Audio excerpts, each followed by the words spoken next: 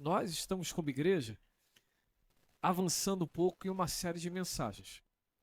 Então nós estamos falando sobre o discípulo extraordinário. E a primeira mensagem que foi aqui anunciada falou muito aos nossos corações porque nós entendemos que discípulo é viver uma vida de relacionamento com Deus e também com o nosso próximo. E ser discípulo de Cristo é aquilo que está no coração de Deus. Veja bem, Jesus ele curou muitas pessoas. Ele libertou muitas pessoas. Mas o objetivo principal foi ensinar-nos a fazermos discípulos conforme Cristo Jesus, nosso Senhor. Então Jesus quer que você se pareça com Ele. Jesus quer que os seus filhos biológicos se pareçam com Ele. Por isso, na primeira mensagem, nós pontuamos que o discípulo extraordinário, quanto ao relacionamento com Deus, vive em uma vida de rendição. Já na segunda mensagem, nós entendemos que o discípulo extraordinário, no que se refere ao relacionamento com o mundo, vive em santidade. E nesta noite, trabalharemos a seguinte temática: o discípulo extraordinário, no relacionamento consigo mesmo, conhece a si mesmo. Romanos 12, do 3 ao 8. Se você pode, pegue por gentileza a sua Bíblia. Romanos 12. E vamos ler juntos. Romanos 12. Vamos ler logo o versículo 1, versículo 3. Romanos 12, versículo de número 3. Isso. Obrigado. Porque pela graça que me foi dada, digo a cada um de vocês que não pense de si mesmo além do que convém. Pelo contrário, pensem com moderação, segundo a medida da fé que Deus repartiu a cada um. A Bíblia diz em Efésios capítulo 2, versículo de número 10, a seguinte coisa: porque somos criação de Deus, realizados em Cristo para fazer boas obras, as quais Deus preparou antemão para que nós as praticássemos.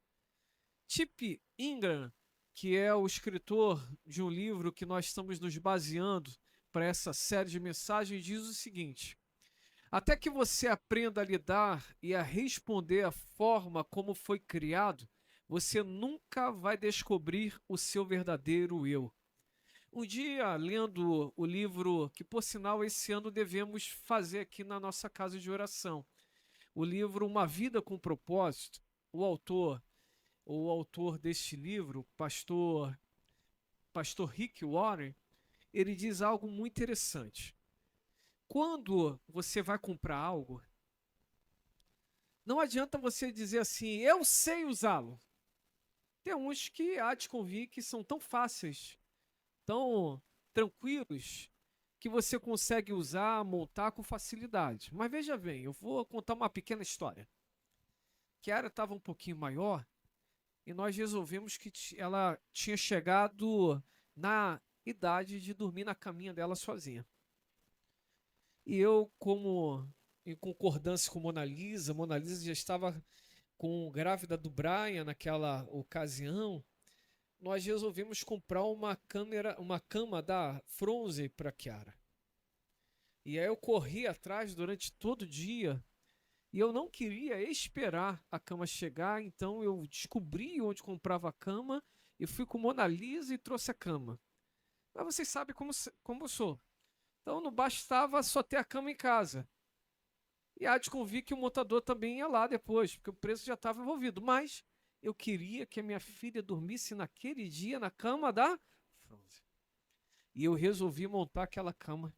Eu não consegui, chamei o meu irmão Deise e falei, Deise, me ajuda em casa, porque eu não estou dando conta. Pois bem, meus irmãos, a cama foi montada, mas no término da montagem, eu descobri que tinha tantas coisas sobrando. E eu fiquei me questionando por que fizeram tanta coisa sobrando em tempo de tanta economia. E descobrimos que tinha coisas que estavam soltas. Pastor Rick Warren diz que assim como nós compramos certas coisas e precisamos nos atentar para o manual daquela coisa, porque quem criou, quem fez, estabeleceu um manual para a melhor utilização daquele item. Assim também somos nós. Nós só descobrimos o nosso eu verdadeiro quando nós buscamos no nosso Criador um manual para melhor vivermos nessa terra. No contrário, parece que sempre vai ficar faltando coisas. Por mais que corramos para um lado, por mais que corramos para o outro, por mais que nos esforcemos, parece que sempre está faltando alguma coisa. E no meu caso, estava sobrando muita coisa. É a mesma sensação, tanto do muito quanto do pouco. É aquela sensação de que a coisa não está certa. Eu não sei se você conhece a si mesmo, mas eu acredito que uma das perguntas mais honestas que você deveria fazer para si nesta noite é: eu me conheço? De fato, eu sei quem eu sou? Quando nós encontramos pessoas no nosso dia a dia, é comum perguntarmos como futebol, se gosta de churrasco, se gosta de tomar um café. Estávamos em Curitiba fazendo uma viagem ministerial, conhecendo a igreja do pastor Luciano Subirá. Aí o Uber, quando nos pegou, ele percebeu que éramos cariocas. E aí ele perguntou: você torce para qual time? Eu falei: Botafogo.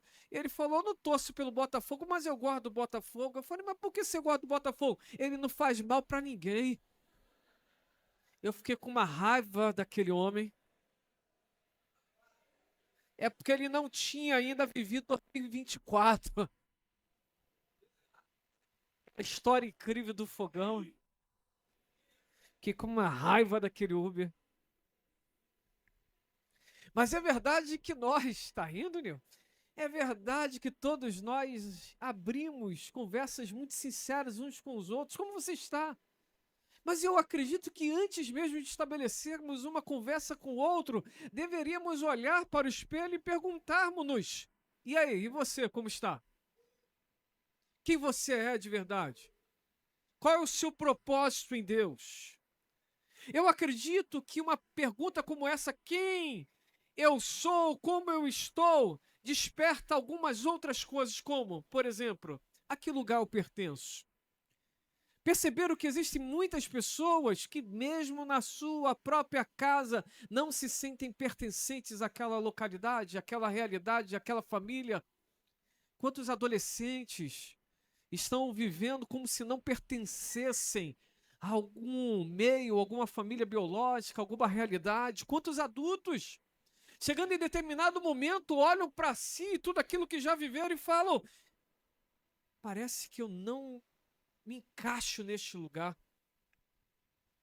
Eu acredito que uma outra pergunta muito importante que nós deveríamos fazer é: o que eu vou fazer com a minha vida?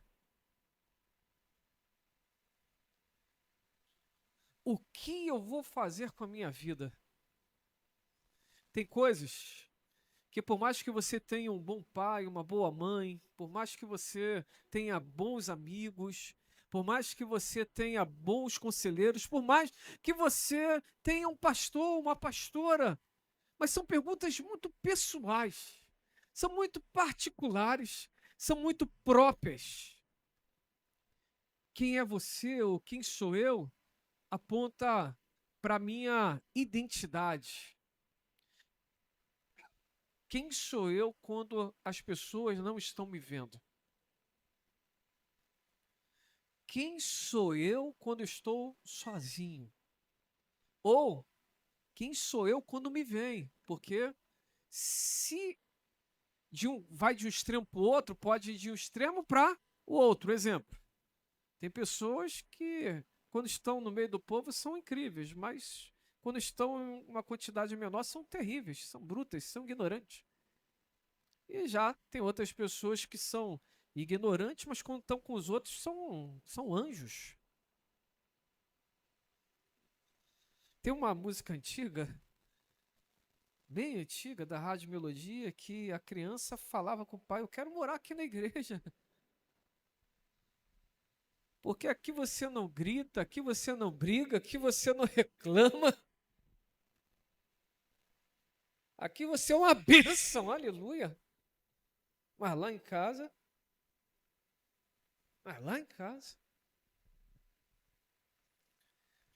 a pergunta: a que lugar você pertence mostra o senso do pertencimento, a consciência do amor, da paternidade.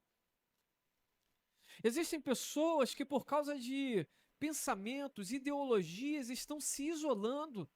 Mas quando nós entendemos em Deus o nosso lugar, nós achamos esse lugar de conforto no amor do Pai Celestial. E por mais que estejamos vivendo dias dificílimos, por mais que, de repente, um grupo de interesse que estamos nos aproximando, sejamos rejeitados no primeiro momento, há uma verdade: eu não alimento a rejeição porque eu sei quem eu sou em Deus. Eu tenho um senso de pertencimento muito sólido, muito real. Tem pessoas que não se olham de forma agradável, se desprezam o tempo todo. Isso também é errado consigo. Eu gosto, irmã Severina, que mesmo operada veio. A irmã sempre me surpreende. E há de convir que a irmã está tão linda com esse vestido verde. Deus abençoe, irmã. Essa Severina me apronta tanto. Ó, operada veio. Deus abençoe. Semana passada tinha que ir lá, mas eu passei tão mal, não fui. Também nem vim na igreja na quarta-feira, estava passando mal. Mas veja bem, tem pessoas que se sentem tão mal, tão para baixo. Você é quem Deus criou, se sinta bonito, se sinta bonita. Tem gente que vive com uma falta de um equilíbrio de boa estima incrível. Só se sente feio. Você não é feia, não. Tem um sapato velho para você.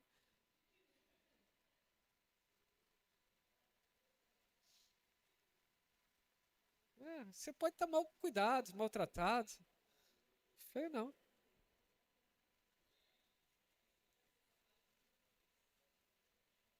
Pode ser um sapato novo, a Mona falou. Pode ser um sapato novinho, não? Mas Jesus tem. Jesus tem. Dá um tapa na cara. Joga uma maquiagem aí. Eu gosto de falar assim, né? Tem coisa que é bonita pra ver, mas pra tocar não dá. Cuidar também com a maquiagem, mano. Quando usa muita maquiagem na boca, fica ruim beijar. Né?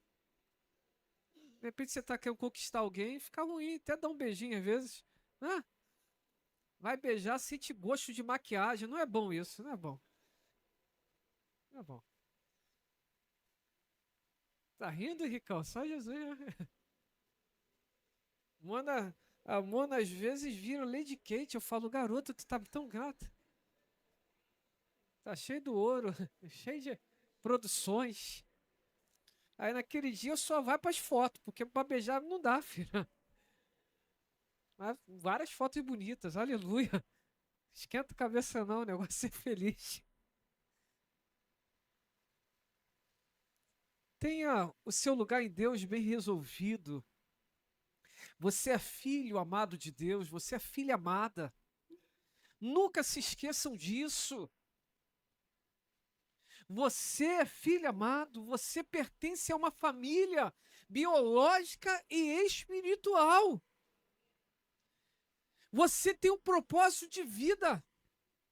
Você não está aqui por acaso.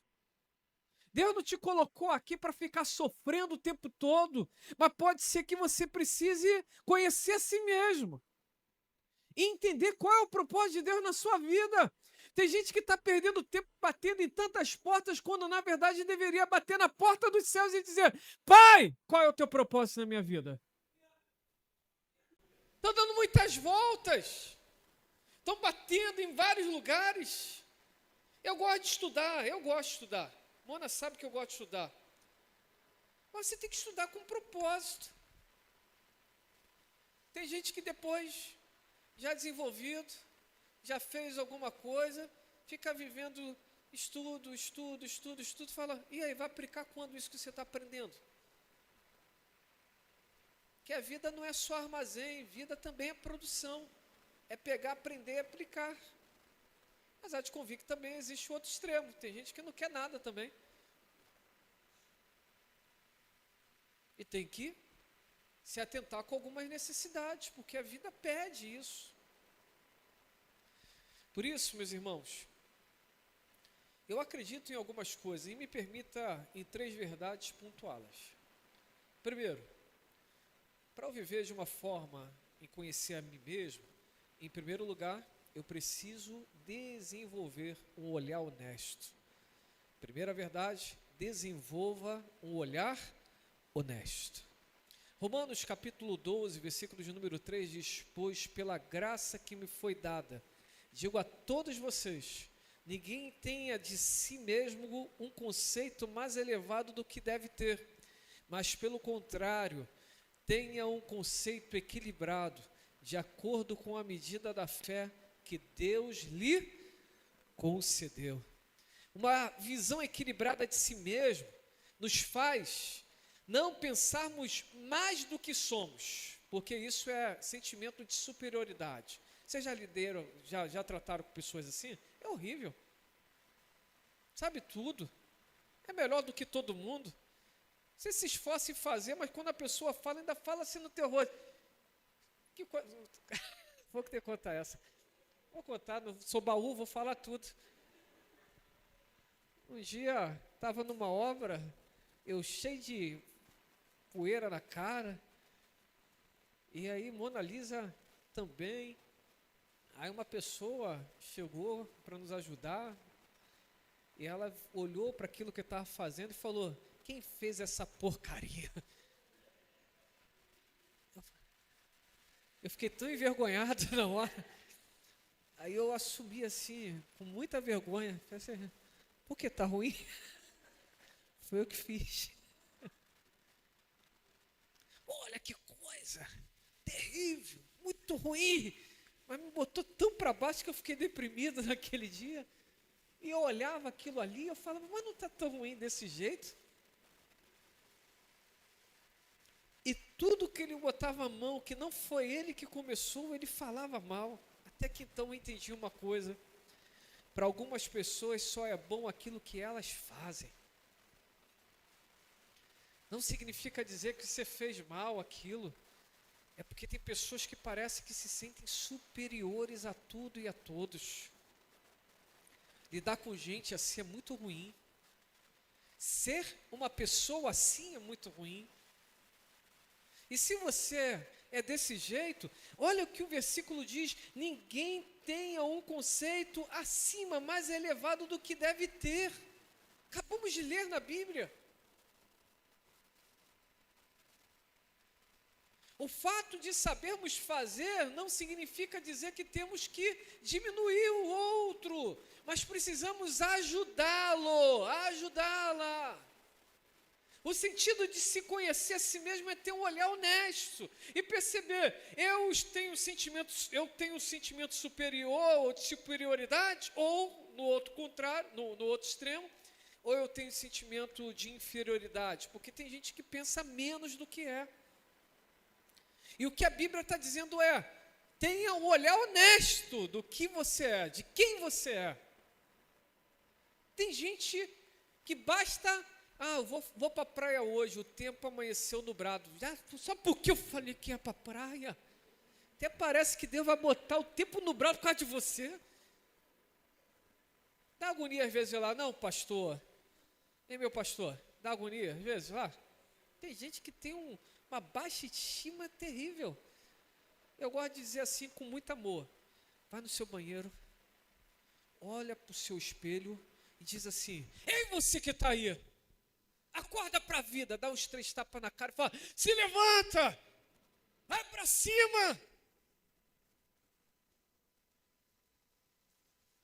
Tem gente que às vezes está assim, ó, por causa de uma palavra. Eu ia fazer, mas porque você falou assim, também não vou fazer. Não vou fazer. Faz birra, birrento, birrenta. Coisa feia. Tem uma visão equilibrada de si mesmo. Vença as suas emoções, mas na verdade do Evangelho. Quem Deus diz que você é? Ele diz que você é filho, que é filha amada. Nada muda essa verdade. Mas, pastor, esse sentimento de inferioridade foi por causa da minha criação. Diziam, você não presta, você não vai conseguir nada. Ei, coloca isso na cruz e viva a realidade que Deus tem para a sua vida. O que disseram de você não estabelece. Quem Deus fez, sei lá o que Deus fez. Quem Deus criou para ser. Meu Deus, saiu, meu Deus. Aleluia! Tem gente que um dia eu estava trabalhando na Infornorte, aí o homem, porque eu estava com um bocado de máquina na mochila, o homem falou assim, não pode andar aqui assim não, me senti humilhado. Eu falei, mas por que não? Pessoas como você não podem andar aqui. Eu falei, estava repreendido. E aí, um dia estava palestrando numa igreja na freguesia sobre preconceito. Aí um falando, vivi isso, que vida ruim, chamou de crioulo, vida ruim, isso é preconceito, isso é preconceito. Eu contei a história, falaram, o que você fez? Eu falei, eu continuei minha vida, ué. O que ele acha de mim não estabelece quem eu sou negão bonitão, puro sangue, aleluia. Bem casado, cheio de filhos, só não tem mais porque a mulher ficou com medo, não tinha feito time de futebol. Sou bem resolvido comigo mesmo. Quem não gosta, não gosta. Mas quem gosta, gosta. Acabou. Bota pra frente.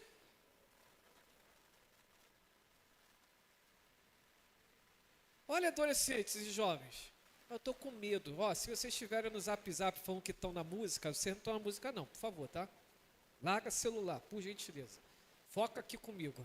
Gravaram essa, né? Todo mundo de celularzinho. Estou apaixonado por isso. Estou vendo. Vai vendo, hein? Quando vocês estiverem cantando aqui, eu vou ficar no celular também. Tá? Se liga, hein? Então, veja bem.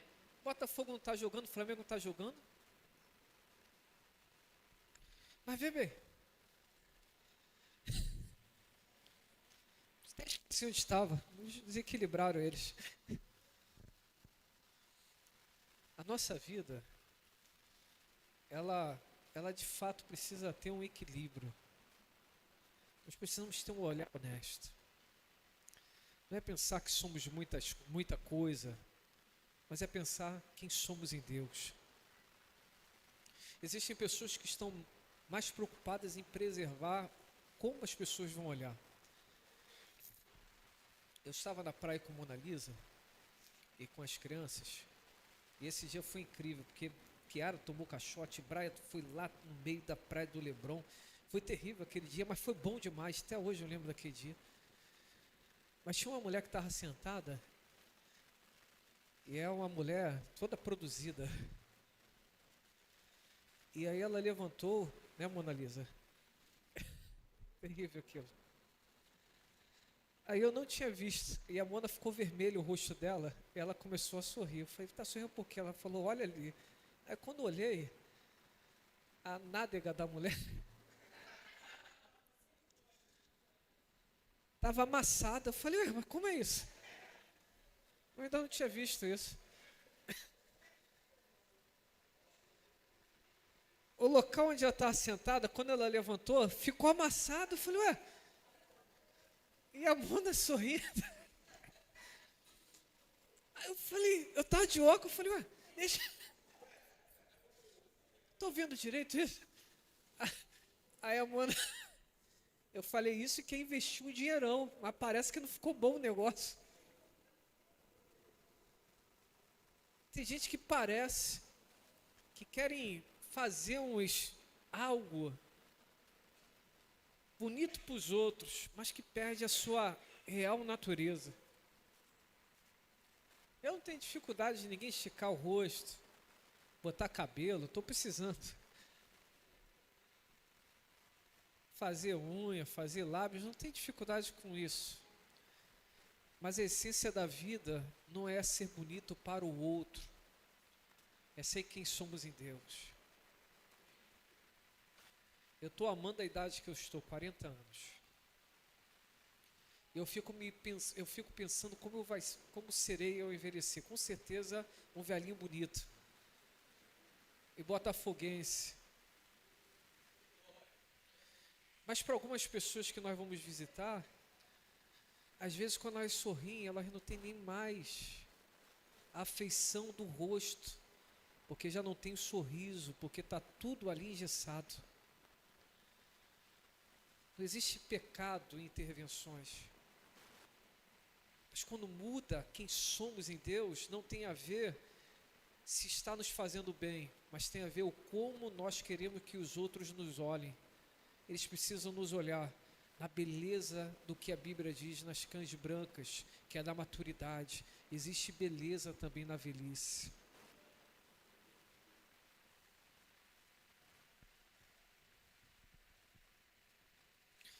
Tip Ingram diz: é por isso que as pessoas gastam enormes quantidades de energia gerenciando suas imagens. Como estamos vivendo isso? Tem que tirar um pouquinho da covinha, porque quando sorri, tem que dar uma esticadinha na sobrancelha, porque quando falo, tem que encher os lábios. Esses dias vi uma matéria, a mulher falou, estou com a boca da Angelina Jolie. Eu falei, está com boca ridícula. Ficou feio por demais. Está muito ruim. Exagerou. O outro que queria ser o quem humano. Se eu olhasse para ele, ia perguntar, quem você é? Porque está difícil. Aí, olha para mim, ajuda aí, meu santo. Ih, vocês deitaram e apagaram o treino. Hoje vocês estão demais, hein, vocês adolescentes, né? Meu Deus do céu. Deitaram e apagaram o negócio? Pode isso? Pode isso. Para mim estou demais hoje, meu Deus do céu. Cuidado. Tem pessoas que estão investindo muito na imagem do que o outro tem que ver. Quem é você? Você conhece a si mesmo? Temos medo do que as pessoas pensariam de nós se realmente soubessem tudo o que se passa em nossas mentes e corações. Aí se modela o estereotipo perfeito para os outros. Mas isso é bonito para os outros, mas não sustenta. E no secreto nós vamos nos desmanchando. Tem uma visão bíblica equilibrada de quem você é. Lembre-se, você é filho amado de Deus. Segunda verdade, cumpra seu papel na família de Deus. Romanos 12, do 4 ao 5 diz: assim como cada um de nós tem um corpo com muitos membros e esses membros não exercem todas a mesma função, assim também em Cristo nós, que somos muitos, formamos um corpo e cada membro está ligado a todos os outros. Tem gente que fala assim, eu vivo para ficar sozinho. Não. Deus te fez para fazer parte de um corpo. Quando tiver festa na sua casa, mesmo que você não goste de uma coisa ou outra, mas esteja junto. Quando tiver movimento na tua família da fé, esteja junto. O isolamento gera amputações. Pensa bem, Orra. Imagine se a mão quisesse dizer assim, eu não quero mais viver nesse corpo. Ela morreria. E sabe quão incrível? O corpo ficaria sem a mão. Porque a mão foi criada para o corpo e o corpo foi criado para...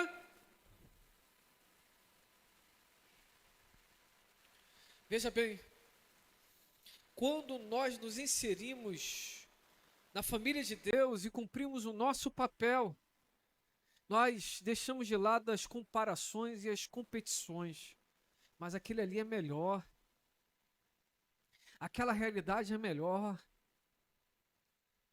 Nós deixamos isso de lado. Se aquela esposa fosse minha, eu seria mais feliz. Não seria. Se aquele esposo fosse meu, eu seria mais feliz. Você não seria. Se aquela grama fosse a minha, eu seria feliz. Tá toda acabada a grama. Eu gosto de dizer e afirmo, e isso com todo respeito, é uma força, uma frase de efeito. Os melhores filhos, nesse aspecto de filhos, são os meus, porque eu só tenho eles. A melhor esposa é minha, porque eu só tenho. O melhor esposo é o seu, o meu não é. É o seu, porque você só tem ele. Com todos os defeitos, mas também tem as suas qualidades. Para de comparação. Quem está inserido e quem está desenvolvendo o seu papel em Deus, acaba com as comparações. Um dia falaram assim comigo, o louvor, o louvor é tão bom em determinado lugar. Aí no dia pregando, né, Mona Lisa, eu falei, lá na igreja só canta desafinado. Mas eu amo aquela casa cantando desafinado. Porque canta com toda paixão, com toda entrega. Tem que enxergar quem somos. Estão melhorando. Naquela época estávamos afinados. Tem.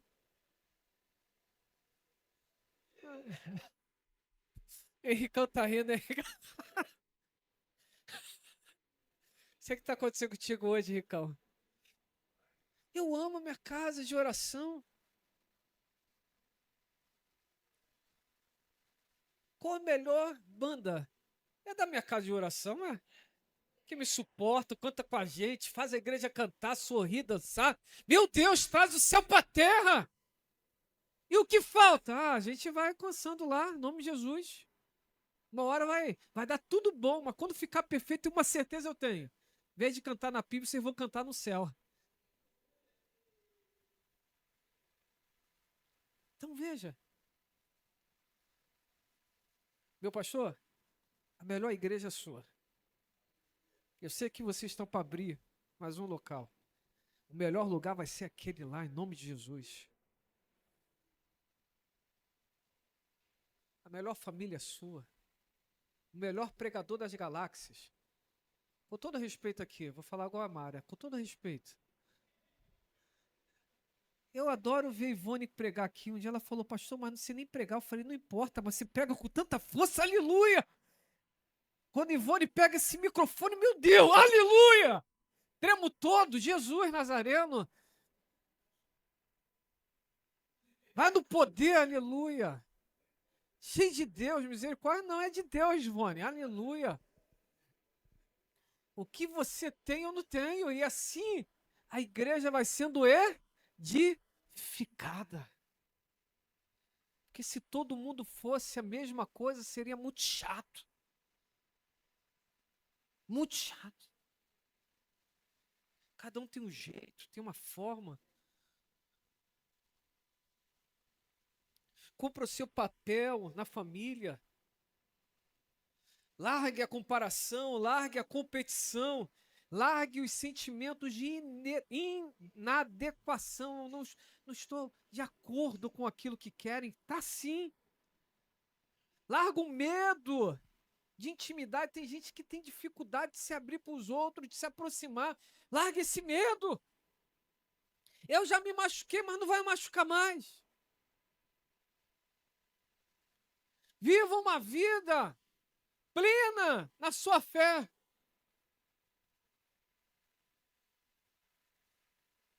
Eu gosto de usar o termo igrejice. Não tem não, já procurei, mas eu gosto de usar isso. Esteja inserido. Porque na família existe cura e crescimento.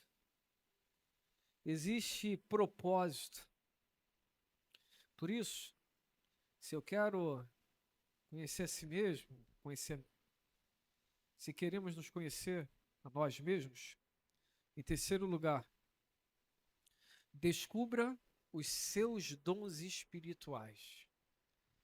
Romanos 12, do 6 ao 8 diz: temos diferentes dons, de acordo com a graça que nos foi dada. Se alguém tem o dom de profetizar, use na proporção da sua fé. Se o seu dom é servir, vira pro teu irmão que eu gostei dessa. Vai lá, vira pro teu irmão e fala: se o teu dom é servir, sirva!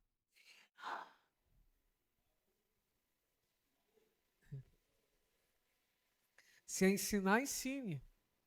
Se é dar ânimo, que assim faça. Se é contribuir, que contribua com generosamente. Se é exercer liderança, que a exerça com zelo. Se é mostrar misericórdia, que o faça com alegria. Tip Ingram, no livro Espiritualidade que Transforma, há 2 anos atrás eu fiz esse curso que está dando origem a essa série de mensagens sobre Romanos capítulo 12. Excelente. Ele diz o seguinte: precisamos descobrir e desenvolver nossos dons espirituais para cumprir a boa obra que Deus preparou para nós antes da fundação do mundo. O resultado? Você passa a enfrentar seus verdadeiros eus. Você dá e recebe amor verdadeiro. Você para de fingir e começa a viver. Quando nós temos um olhar honesto, quando nós entendemos a necessidade do pertencimento e colocar em prática aquilo que Deus nos deu, e quando nós exercemos os dons espirituais, acredite, nós percebemos algumas coisas incríveis. Nós percebemos que nós fazemos parte de um corpo e esse corpo vai crescer saudavelmente na medida que também eu vou me inserindo naquilo que Deus estabeleceu para a minha vida. E aquilo que Ele estabeleceu para a minha vida vai edificando outros. Quando eu me encontro em Deus, aquilo que eu descubro em Deus abençoa outros.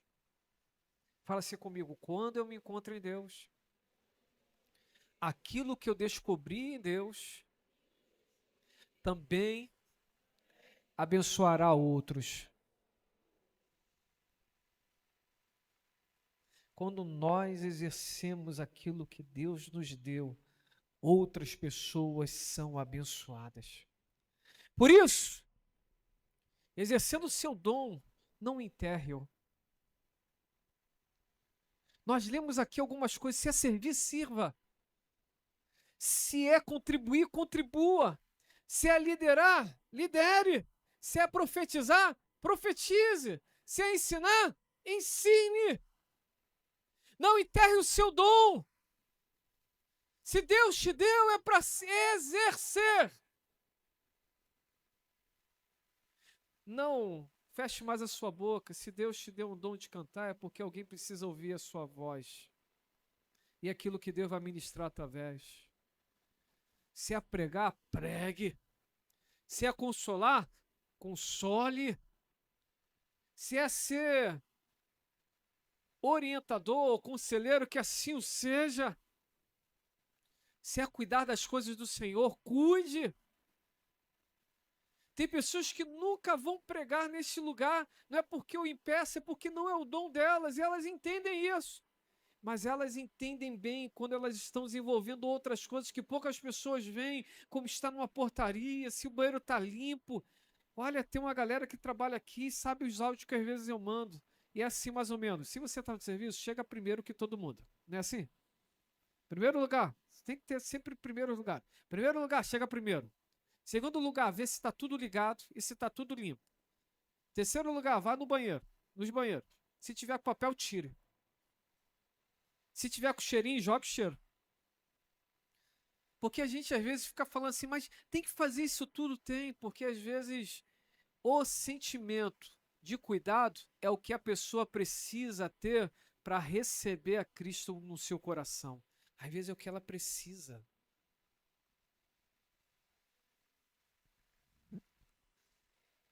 Aleluia, é isso aí. Coisa que só acontece na PIB, aleluia. Ah, meu Deus. Ao vivo esse mesmo, igual a Sônia Gouveia, ao vivo esse mesmo. Aleluia. Decida pertencer à sua igreja família. Valorize a sua igreja local. Tivemos um movimento lindo semana passada, tão incrível aquilo. Dia 14 tem mais. Glória a Deus por isso. Teremos aí a reunião dos homens e vai ser, olha o tema, quem vai ensinar os meus filhos?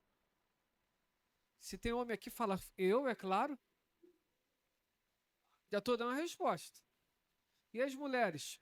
Como ser mulher de Provérbios 31? Como o pastor fica em tudo quanto é canto, eu vou assistir das mulheres dessa vez. Eu falei, eu quero falar algumas coisas aqui, ó. Tudo comigo hoje. Vou falar algumas verdades aqui. Quando teu marido chegar em casa, trate-o como rei. Quando ele estiver cansado, faça massagem no pé dele. Quando ele estiver sem dinheiro, faz um pix para ele. Meu Deus do céu. Quem está comigo aqui? Meu Deus do céu. Aleluia.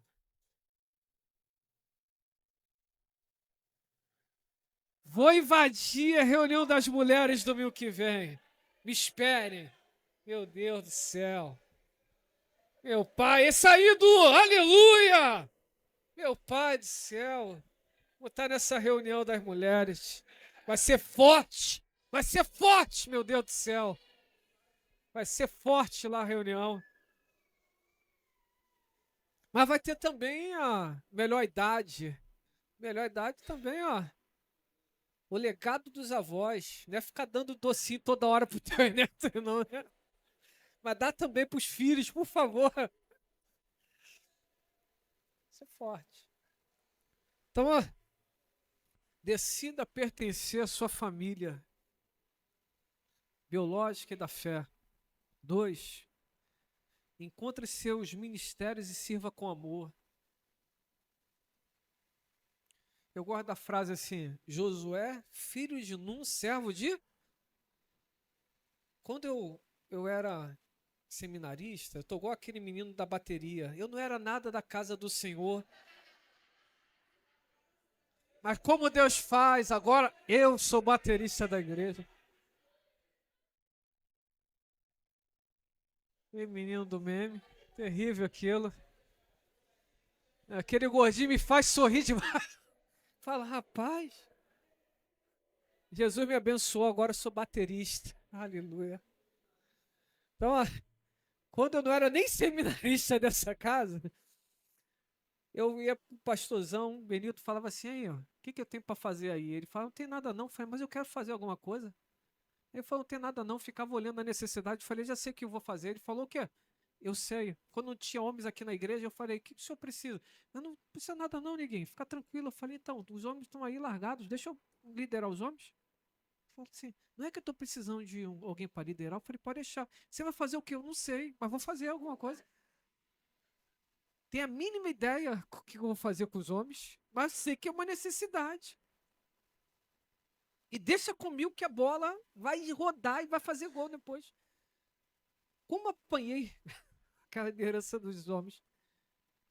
Até aprender alguma coisa, até a coisa andar. Depois que andou, arranjei outro líder logo, porque assim, a gente vai nas necessidades, melhorou, vai para outro, melhorou, vai para outro. E vai desenvolvendo. Tem gente que, não, eu quero servir naquele lugar. Por que tem que ser naquele lugar? Se você não ouviu a voz de Deus perfeitamente, pode ser que o que você tinha que fazer é, eu já bati na porta uma vez, mas fechou. Bati duas, fechou. Na terceira eu vou falar, tem uma necessidade, eu quero tentar resolver. Posso? Eu posso servir com meus dons e meus talentos? Tem essa necessidade. Participe dos movimentos espirituais da sua família da fé, dos jejuns, da oração, das vigílias. Sexta-feira agora tem um bom momento para isso, vigília. Um dia um pastor batista falou assim comigo: "Ei, Diegão, o que está acontecendo na vigília?" Eu falei: "Vai lá e vê, filho. É forte o negócio, é impactante. O que a gente faz lá? A gente ora. E o que vocês sentem lá? O fogo cai, aleluia." Uma coisa é certa, a vigília não tem ninguém em silêncio, ficar gritando o tempo todo, e que coisa incrível. É para isso, é busca de poder. Concluo. Salmos 139, do 13 ao 14 diz: Tu criaste o íntimo do meu ser e me teceste no ventre de minha mãe. Eu te louvo porque me fizeste de modo especial e admirável. Tuas obras são maravilhosas. Disso tenho plena certeza. Busque a Deus diariamente. Invista em sua família espiritual e obedeça ao chamado de Deus para a sua missão. É bom sempre lembrar disso. Deus te criou de uma maneira única. Você é único. Tu criaste o meu íntimo, o íntimo no meu ser e me teceste no ventre da minha. Você é único. Mas você só vai viver a excelência de Deus se você hoje decidir tomar essa posição em Deus. Quero ser discípulo, é o primeiro passo. O segundo passo é: eu preciso conhecer a mim mesmo. Quem eu sou em Deus? Meu Deus, até hoje, não fez nada fora da forma.